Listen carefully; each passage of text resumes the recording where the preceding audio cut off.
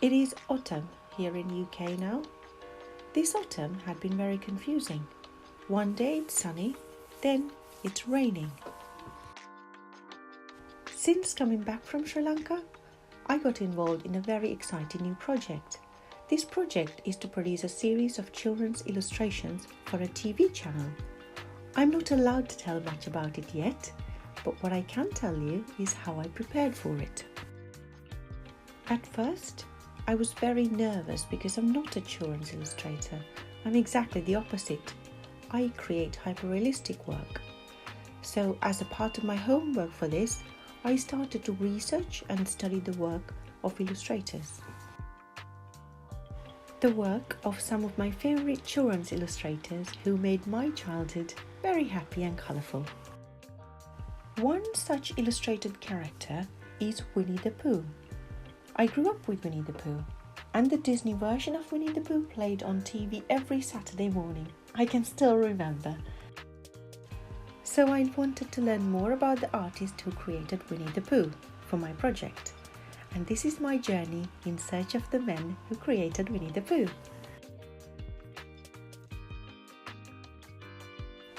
In 1925, A.A. Milne, the writer of Winnie-the-Pooh stories, bought Cochford Farm in Hartfield, Sussex.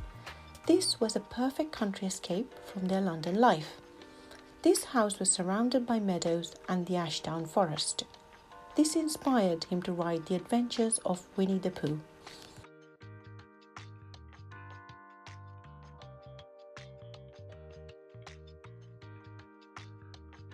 Hartfield is a very small village that is still very beautiful and peaceful. I can imagine a writer would find this place a heaven. I visited Hartfield multiple times over the last few weeks to make this video as well as for my research project. Sometimes with friends, sometimes with family, and sometimes solo. And the people you see in this video are friends and family who didn't mind being filmed. And those who didn't want to be filmed, I didn't include them here. I value the support, but at the same time, I respect their request for their privacy.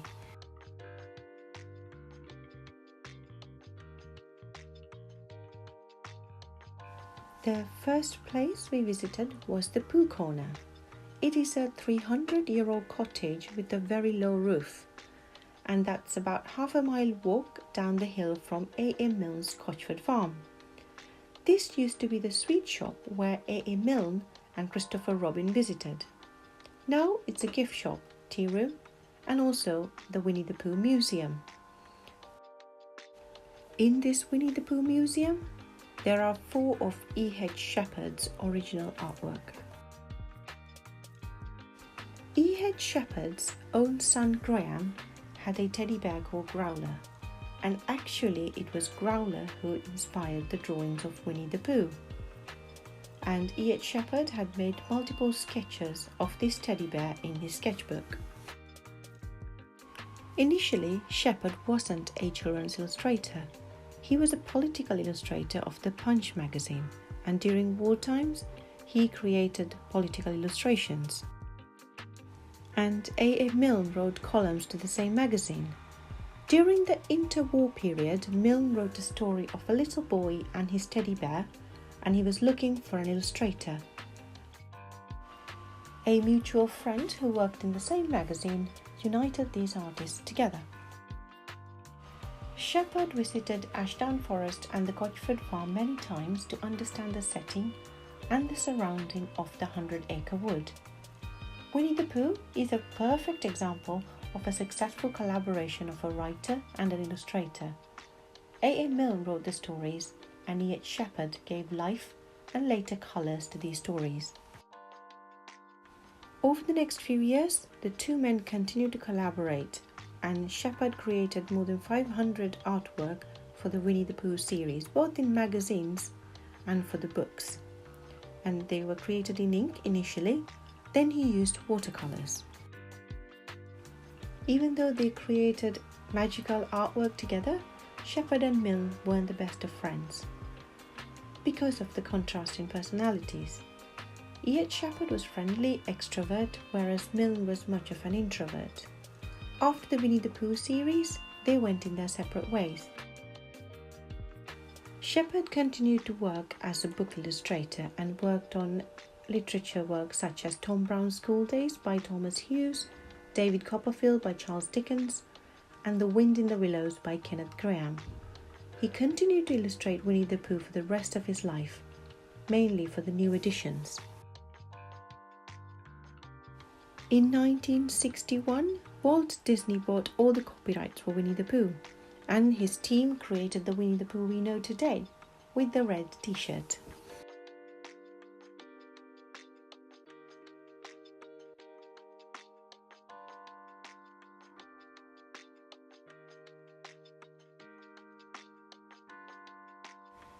After collecting all the art research, I went into the Ashdown Forest to see the place that actually became 100-acre wood in Shepherd's drawings.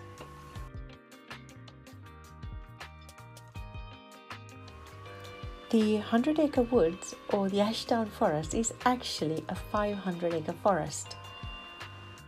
There is a lot of archaeological heritage here, particularly from Bronze Age and Iron Age.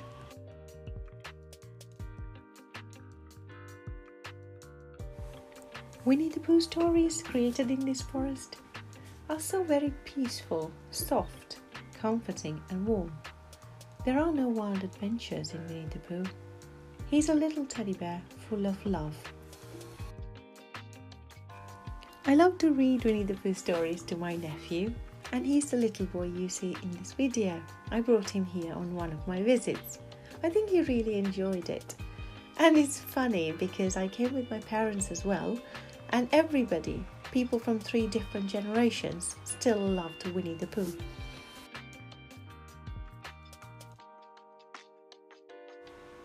"It's a comforting sort of thing to have," said Christopher Robin, folding up the paper and putting it in his pocket. "Come on, Pooh," and he walked off quickly. "Where are we going?" said Pooh, hurried after him, and wondering whether it was to be an explore or a what shall I do about you-know-what. "Nowhere," said Christopher Robin. So they began going there, and after they walked a little way, Christopher Robin said, "What do you like doing the best in the world, Pooh?" "Well," said Pooh, What I like best in the world is me and Piglet going to see you, and you saying, 'What about a little something?'"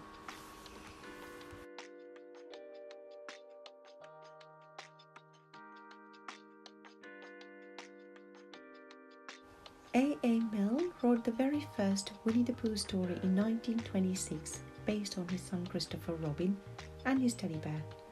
Even a century later, Winnie-the-Pooh continues to bring what he brought to the world since the First World War, a feeling of love, warmth, innocence and care. He brings out the joy in simple things. And Shepherd's illustrations bring out the simplicity of the Pooh Bear perfectly.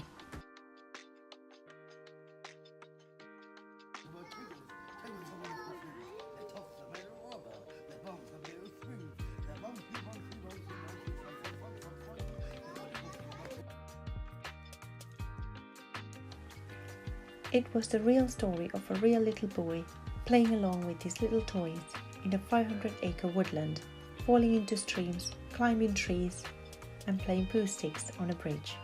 Unlike today, it is a perfectly idyllic childhood story. Out of all the research and homework I have done in my life, I think this is the homework I love doing the most.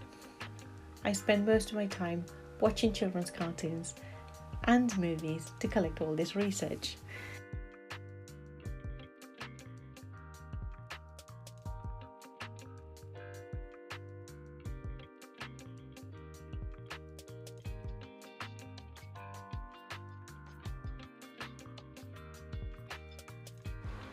Then suddenly again, Christopher Robin, who was still looking at the world with his chin in his hands, called out, "Pooh?" "Yes," said Pooh. When Pooh..." "Yes, Christopher Robin." I'm not going to do nothing anymore. Never again? Well, not so much. They don't let you. Pooh waited for him to go on, but he was silent again. Yes, Christopher Robin, said Pooh helpfully. Pooh, I am when I'm not doing nothing. Will you come up here sometimes? Just me? Yes, Pooh. Will you be here too? Yes, Pooh. I will be, really. I promise I will be, Pooh. That's good. Pooh, promise you won't forget about me, ever? Not even when I'm 100? Pooh thought for a little. How old shall I be then? 99, Pooh nodded. I promise, he said. Still with his eyes on the world, Christopher Robin put out a hand and felt for Pooh's paw. Pooh, said Christopher Robin earnestly. If I'm not quite... He stopped and tried again. Pooh, whatever happened, you will understand, won't you? Understand what? Oh, nothing. He laughed and jumped to his feet. Come on. Where? Said Pooh. Anywhere, said Christopher Robin. So they went off together, but wherever they go and whatever happens to them on the way, in that enchanted place on the top of the forest, a little boy and his bear will always be playing.